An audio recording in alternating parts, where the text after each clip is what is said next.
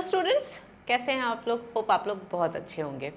आज के न्यूज़पेपर में कुछ न्यूज़ आई है, वो मुझे आपसे शेयर करना है। देखो, मैंने आपको पहले ही बता दिया था कि ये जो 2 लैंग्वेज वाला सिस्टम है ये प्रपोज्ड है और ये आगे ऑफ कोर्स ये अप्लाई करेंगे।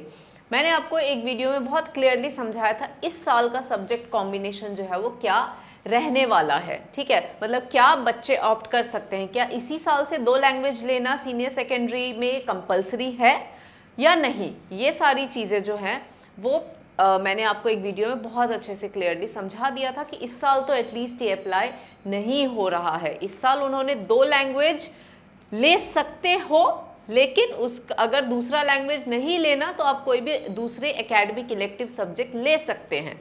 ये इस साल तो इन्होंने थोड़ा ऐसा फ्लेक्सिबिलिटी दिया है। बट न्यूज़पेपर में जो न्यूज़ आई है उसके अकॉर्डिंग ये कह रहे हैं कि जो ये है हमारा लैंग्वेज, उसमें इन्होंने क्या किया है कि 25-26 से सेशन 25-26 से 2 language in senior secondary and 3 in secondary, ठीक है, वहाँ अप्लाई करने की बात हो रही है। अभी तक क्या है, अभी तक सीनियर सेकेंडरी में एक इंग्लिश लैंग्वेज चलती है कंपलसरी में, ठीक है, और जो सेकेंडरी लेवल है वहाँ पर एक इंग्लिश और एक हिंदी या संस्कृत ऐसे चलता है, 2 लैंग्वेज चलता है।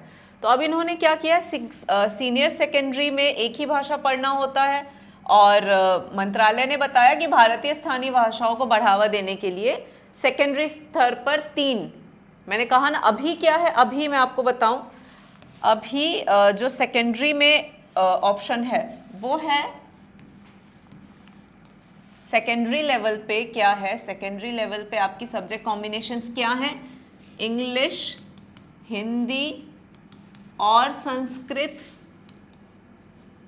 उसके अलावा आपके जो मेन सब्जेक्ट है मैथ, देन साइंस, एसएसटी, ये आपके मेन सब्जेक्ट्स हैं। बट अब क्या करने, मतलब एनईपी के अकॉर्डिंग क्या हो रहा है कि ये जो लैंग्वेज है 2, इसके साथ साथ एक और लैंग्वेज जो है वो लेनी पड़ेगी। ओके, तो ये कोशिश ये है कि 1 foreign and 1 Indian language. Okay, और सीनियर सेकेंडरी में यही चीज़ क्या है, सीनियर सेकेंडरी में खैर ऑप्शंस सब्जेक्ट के बहुत हैं, एक बस इंग्लिश कंपलसरी होती है। उसके बाद अगर आपका साइंस है तो पीसीबी, कॉमर्स है तो अकाउंट्स, बीएसटी और इको, ऐसे करके, आर्ट्स है तो कोई भी 3, history, geography, pol science, eco, sociology, कोई भी कॉम्बिनेशन, तो इस तरीके से है। लेकिन एक इंग्लिश कंपलसरी, तो अब यहाँ पर एक इंडियन लैंग्वेज पढ़ना पड़ेगा। तो ये इन्होंने क्या बोला है, ये ऐसा कह रहे हैं कि 25-26 से ऐसा ये करने का सोच रहे हैं, 25-26 से। इस साल नहीं है। इस साल मैंने कहा ना आपको, इस साल क्या किया उन्होंने, 2 लैंग्वेज ले सकते हो, लेकिन अगर दूसरा लैंग्वेज नहीं लेना तो आप कोई भी दूसरा एकेडमिक इलेक्टिव ले सकते हो। इस साल तो ये किया है, बट 25-26 से ये इसको लाने की बिल्कुल मूड में है।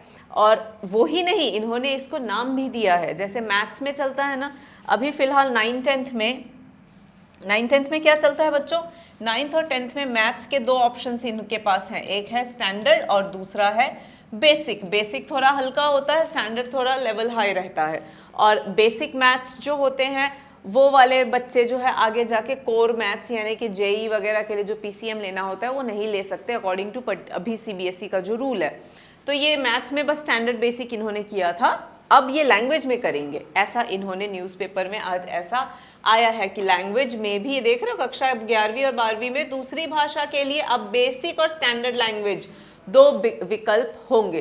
तो ये आज का ब्रेकिंग न्यूज़ है जो न्यूज़पेपर में आया है। और 25-26 वाले सेशन में जो बच्चे आने वाले हैं 11th में, बदलाव के लिए रेडी रहना, be ready for the change. Okay, तो ऐसे ही न्यू अपडेट्स लेके मैं आती रहूंगी, बने रहिए हमारे साथ। Thank you.